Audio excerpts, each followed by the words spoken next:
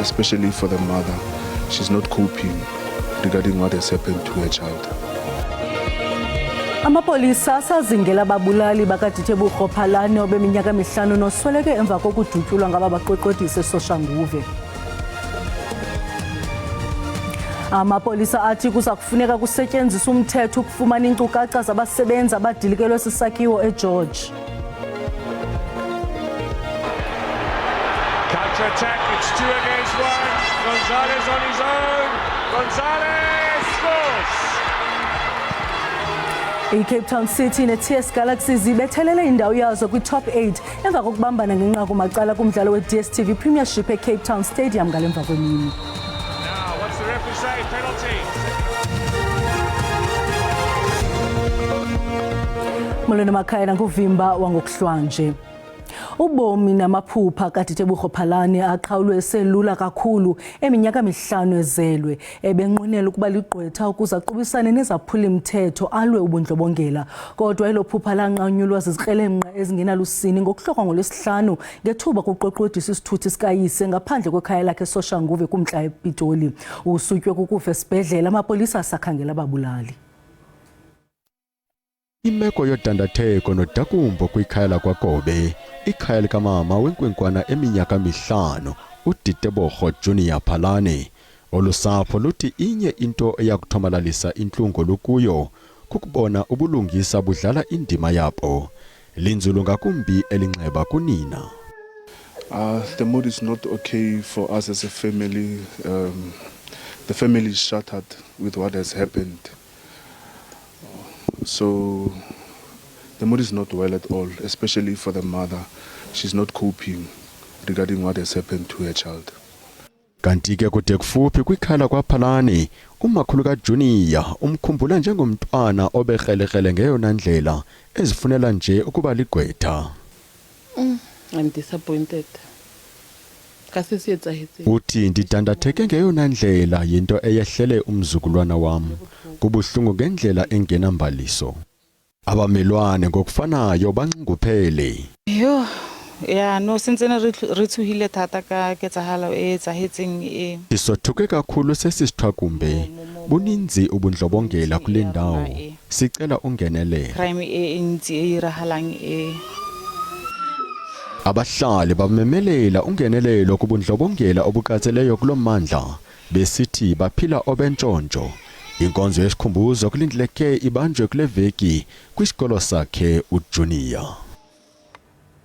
Nanjengoko lisenyuka inani labantu abafunyenwe beswelekile kwisakhiwo esidilike eGeorge eNtshona Koloni, amapolisa athi kungafuneka asebenzise ingalo yomthetho ukufumana impepha kwinkampani ibiqeshe abakhe ukuze akwazi ukufumana inkcukacha ngabasebenzi.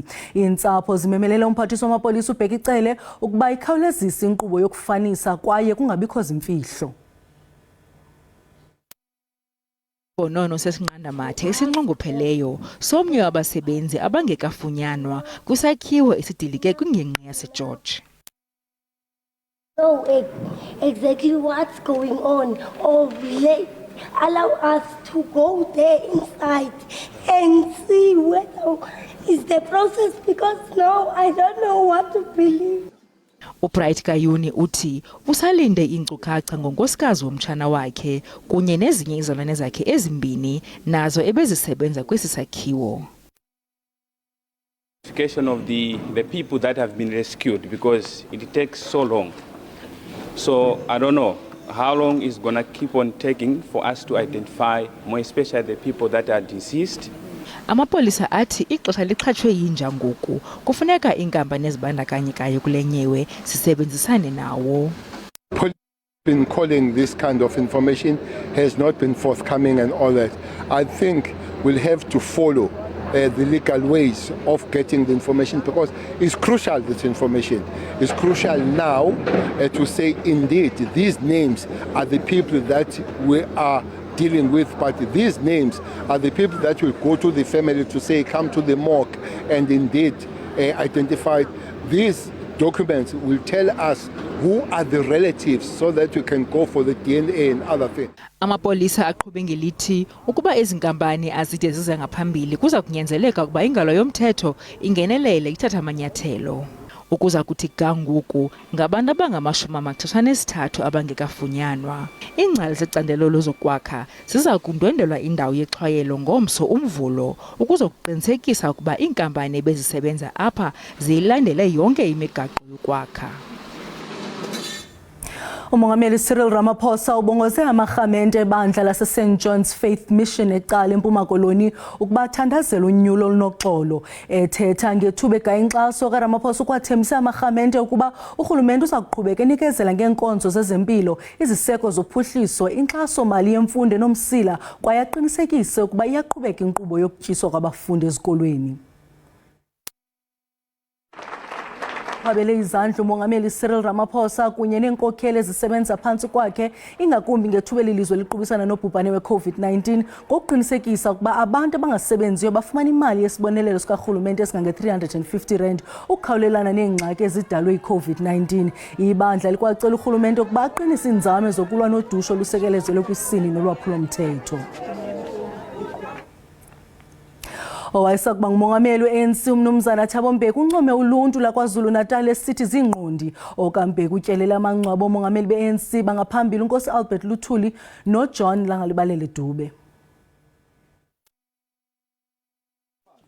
Evakashela amathuna alabo babewomongameli benhlangano ebusayo inkosi uAlbert Luthuli kanye noJohn Langalibalele Dube owayengumongameli we-ANC uThabo Mbeki usencome abantu besifundazwe saKwaZulu-Natal ngokujula kwabo emcabangweni. uMbeki uvakashele amathuna alabo ababewoma kade bebona balenhlangano abafana noMoses Mabhida noJohn Makhathini abalele eMaritzburg.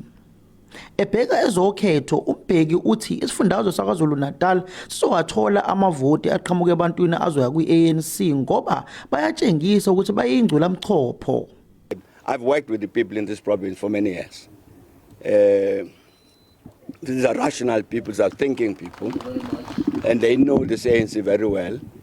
And I think when we communicate to them in a manner that the people know is truth, if they believe it's truthful, then they will do the right thing. Mbeki ekhuluma ethuneni lalo wayengumongameli waleli qembu uJohn Langalibalele Dube uthi akukho kuhle ukuthi leli qembu selibonakala njengeqembu elikhohlakele. It's not good that there are people in this country who think that the ANC represents corruption. We carry a message with us in our hearts, in our heads, that we are going to do the things which will never disappoint your expectations. Mbeki uthi noma leli qembu libhekene nezingqinamba eziningi kodwa lizonqoba kuleli ukhetho kulesi sifundazwe noma yize uJacob Zuma wengumongameli leli qembu eliphosela inselela ngeMK. Mbeki usezohamba ke manje eyokhankasa esifundazweni saseWestern Cape mase ephelela eEastern Cape lapho ezoya khona ethuneni likababa wakhe ingqalabutho yomzabalazo uGovernor Mbeki. Ngingusamkele Maseko wezindaba zeSABC ngibika ngiseThekwini.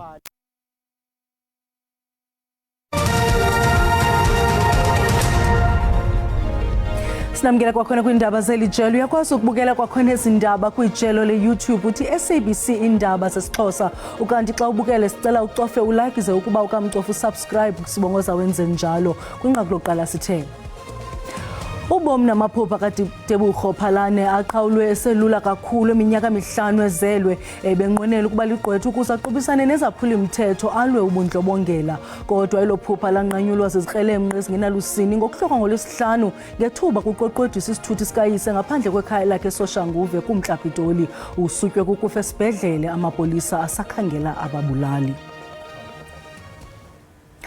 Inkokheli ye-EFF uMnumzana Julius Malema uthi urhulumente we-EFF uza kunyanzelisa iinkampani zemigodi ukuba zihlomise abahlali beengingqi ezikuzo. OkaMalema bethethe ePostmasburg eMntla Koloni ngethuba kuqhutywa iphulo lokugaya inkxaso. OkaMalema ukwathe unethemba lokuba i-EFF iza kukhulisa uqoqosho ngokukhulisa imveliso.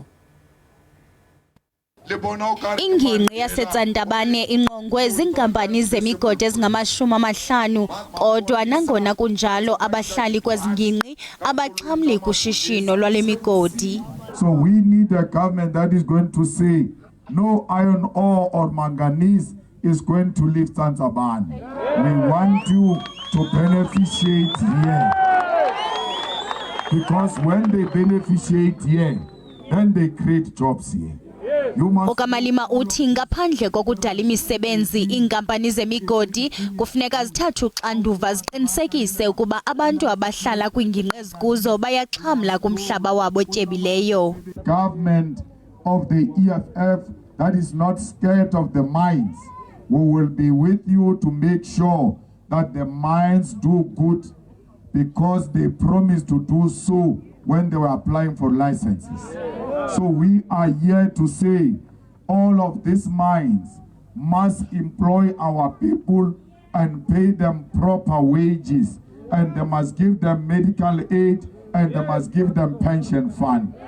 EFF inamalunga amathathu kwindlowiso mthetho yaseMntla Koloni kwaye ithemba ukuba liza kunyuka elinani emva konyulo likazwelonke kule nyanga. Inkokheli yomkhonto wesizwe nobesakuba ngumongameli welo umnumzana Jacob Zuma uthi uselilungu le-ANC kodwa uza kuvotela i-MK Party. Uthi isikhokelo se-ANC esikulawulo siphulukene nengcambu zalo mbutho. Uthi uza kuyibuyisela kubuyona i-ANC ngempumelelo ye-MK kunyulo. uZuma bethetha kwirali ye-MK Party kwaMashu kumantla eTheku. NgoDisemba ngonyaka oyedlule umnumzana uZuma wamemezela ukuthi uzokweseka iqembu elisha umkhonto wesizwe kulolu khetho oluzayo. Wathi lokho kwenziwa ukunganeliseki kwakhe ngendlela i-ANC ephethwe ngayo ngaphansi kobuholi kwaMnumzana Cyril Ramaphosa. Kumanje nje umnumzana uZuma umatasa unqanqa abavoti ukuthi baseke MK. I-ANC ibimisile ubulungu bakhe njengoba ihlela ukumqondisa izigwegwe. Umnumzana uZuma uthi uzosebenzisa MK ukubuyisa i-ANC kulokho athi kumele ibe yikho. Aniyazi leyo nto ngoba abantu bathi usehlalelana ku-ANC nje angihlezi ngibeka i-membership yami ihlala ikhona lapha angizi ukuyivotela ngizovotela ngala mase siwinile ngiyeza ngonko i-ANC yethu please come ayizela. Uyaqhubeka umkhankaso we-MK nakube kunombango wobuholi phakathi kwaMnumzane uZuma noMnumzane uJabulani Khumalo kuyena owabhalisa leli qembu. Kodwa abaholi baleli qembu KwaZulu-Natal bathi lokho kubakhathaza neze njengoba lolu daba liphethwe ngomnono. Konke kade kwenzeka into elindelekile. Ayikho indawo ehlala ingenamholi ngisho izilwane ziba nesilwane esiholayo. So mangabe sinenhlangano njengomkhonto wesizwe ethathelwe phezulu kanjeni sikufanele sikulindele mabungekho ubuholi obu-permanent ukuthi kuzoba nezinkingana here and there ejwayelekile nakubona wonke amaqembu. So lokho kwenzakalayo akuyona into esithusayo konke kodwa kuhamba kahle ngaqinisekisa ngaso. Kusenjalo MK siqinisekisile ukuthi ezokuphepha sikaMnumzana uZuma siqinisiwe lithi lokhu kulandela izinto ezenzekayo kwezepolitiki kulelizwe. Ndabeni ze-SABC ngu-Ayanda Mhlongo kwaMashu.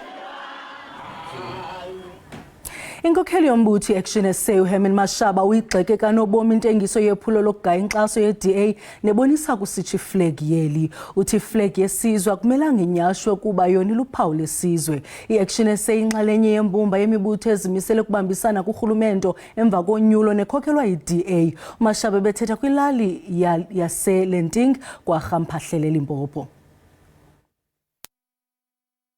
Inxalenye yembumba yemibutho elishumi nezimisele ukubambisana ngolawulo kurhulumento emva konyulo inkokheli yombutho we-Action SA uHerman Mashaba uyigxekile intengiso ye-DA. uMashaba uthi iflag luphawu lobambiswano. Iyikhusele le ntengiso inkokheli ye-DA uJohn Steenhuisen isithi ukutsha kweflag kule ntengiso kubonisa ilizwe elikwimeko emaxongo. Nangona kunjalo uMashaba uthi le ntengiso ibonisa kutshiswa iflag ayilunganga kwaphela. If DA wants to play a political game against the ANC, they must not really ban symbols of what needs to really unite us as a nation. uMashaba uthi nangona iqela lakhe liziqatsela unyulo kokuqala kunyulo lukazolonke nelamaphondo unethemba elingagungqiyo ukuba liza kwenza kakuhle kwiphondo laseLimpopo. uMashaba uthi iqela lakhe liza kuqinisa ukhuseleko kumda weBeit Bridge eMusina kuba abemi bangaphandle abangena kweli bengenazimpepha baluthwalisa uxanduva eli loMzantsi Afrika. I think the province of Limpopo being next to Zimbabwe, as you are aware, South Africa is facing massive challenges of illegal foreigners coming from all over the world and actually coming through Beit Bridge and some of the borders in Limpopo. So that's the first thing that we need to really address. Kusenjalo abahlali bathi badinga iqela le-Action SA ukuba libancede ngokulungisa indlela nokubadalela amathuba emisebenzi esisigxina. Action SA is the only credible party that can take us forward. So far, the situation is even worse than even before we took over from 1994.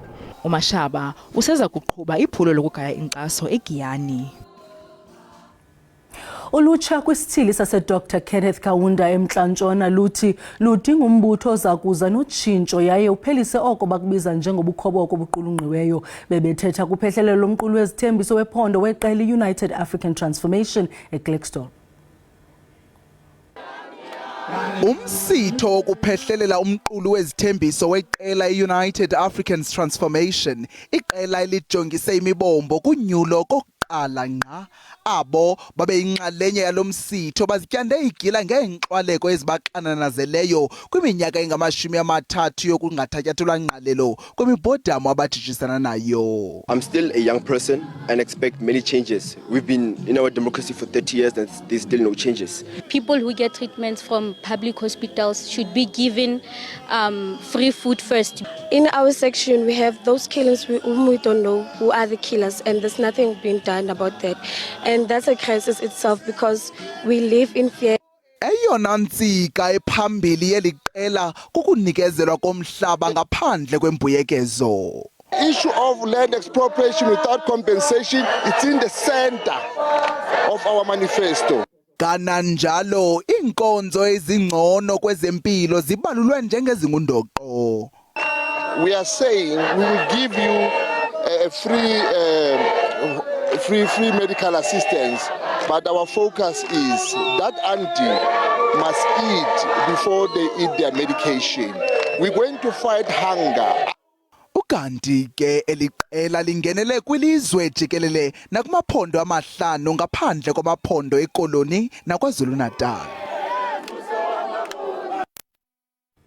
Nanjengoko namhlanje kubhiyozwa usuku lomama kwihlabathi jikelele iMother's Day ngolwasemzini, nalapho kuwongwa kubhiyozelwa igalelo labantu abangomama nabadlala indima yobumama ezimpilweni zabantu. I-SABC ikhe yadlana indlebe nomama ngolusuku ukuva ukuba yeyiphi eminye imingeni abajongene nayo xeshikweni besenza umsebenzi oncomekayo ekubeni ngomama. Mother's Day, enjoy your day and have fun. As a single mom, it's ridiculously crazy. It's busy throughout, you know. I do everything by myself, obviously, from the morning when we wake up up until the afternoons, you know. I have to be a soccer mom because she does sports as well at school. I have to be able to make time for myself, for my work, and for her as well. So it is quite difficult to do this as a single mom. Tian will know there's a lot of challenges. Like last night, it was already dark, doing some laundry, you know, just balancing the daily chores, you know, getting things sorted, dinner, cleaning, all those goodies. So for all the moms out there, all the best of luck with that. It does get easier with time, especially if you have some help. As mothers, we're facing with a challenge of our kids mostly. And you know, with this new abuse and the safety of our girls and also the boy child as well. You know, in the olden days, we'll always say like a girl child needs to be protected. But I feel in this era, our kids are now the same, they're equal. As much as you're protecting a girl child, it's very important that you do support and protect a boy child. Kwezemidlalo amaqela iCape Town City neTS Galaxy ayibethelela indawo yawo kwi-top 8 oku emva kokubambana ngenqaku macala kumdlalo we-DStv Premiership eCape Town Stadium ngalemva kwemini. Komnye umdlalo iGolden Arrows neChippa United nawo adlala entanganye ngenqaku elinye kwibala eMpumalanga KwaZulu-Natal nangamabalengwe omdlalo weCity neTS Galaxy. Kuze ngotshintsho lwamaqela amakhulu ekuzeni kuphela kwesizini ye-DStv Premiership zewaphendula wenjenje. Umqiqo we-Orlando Pirates uvele wapholiswa eRichards Bay kodwa ke uzawuthatha unumber 2 iyaya kwiCAF.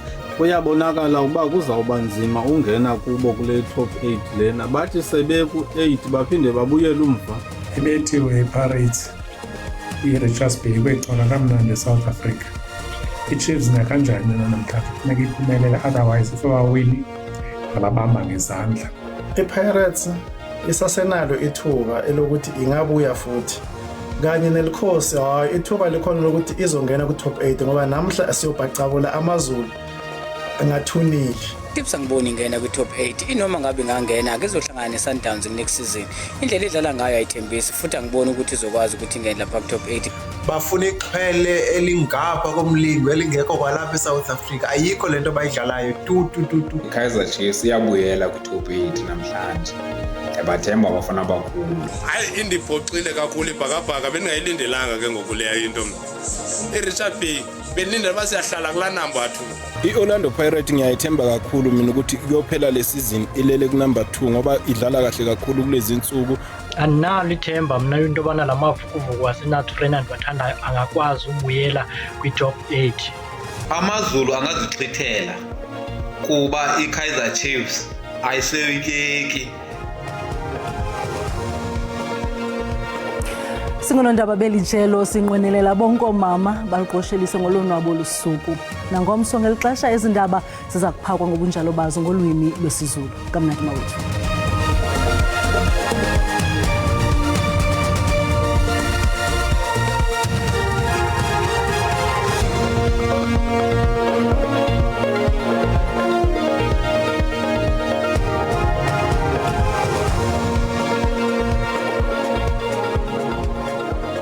The government that we have in South Africa has not managed to build institutions or higher learning institutions. If you can remember very well, the only institution that the ANC can pride itself with is Sol Plaatje University in Kimberley and also University of Mpumalanga in Bombela. And those two institutions they are still under construction and they are not done. We have built 2 new universities. My brother started by saying, they haven't built universities. Oh no, actually they have. But then there are 2 new universities that did not exist in this country before 1994. Our children at schools are being fed rotten food. I've witnessed it with my own eyes. 80% of all South African schools are no-fee schools. And children in those schools eat a nutritious meal in those schools every day. That's a fact. We don't have one seat in government, but we've already launched a program, One Meal, One Student, to deal with the issue of student hunger that is facing and plaguing millions of students in this country. The pass mark for matric. Pass mark for matric says you can get level 3 in all your subjects and still pass with a B. University entry requirements say for you to study engineering, nursing or whatever, you need level 5. How are you going to enter that institution of higher learning? There's a generation that has never seen the system work. There's a generation that has seen load shedding and knows load shedding and studying by candlelight as a norm. And as Build One SA, we're saying that that generation needs to be empowered.